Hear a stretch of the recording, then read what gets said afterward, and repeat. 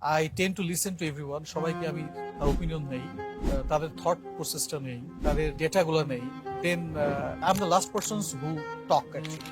So অনেকেই মনে করে হয়তো লিডারশিপ মানে আমরা সবাই শুধু শুনবে আর আমি শুধু বলবো। This is not a leadership. In business এখানে একটা কালচারগত ব্যাপার আছে। Different companies has got different kinds of culture. এটা কিন্তু মাথায় রাখতে হবে এবং কালচারের উপরে কিন্তু তার টিম ডেভেলপ হয়। সো যে জিনিসটা হয়তো আমার প্রতিষ্ঠানে এক্সিকিউট করছি এটা আরেক জায়গায় ফিট না হতে পারে, বিকজ তাদের কালচার ক্যান বি ডিফারেন্ট। বাংলাদেশে যদি হিস্ট্রি দেখা যায়, there are some ruthless leaders. They're also very successful in business.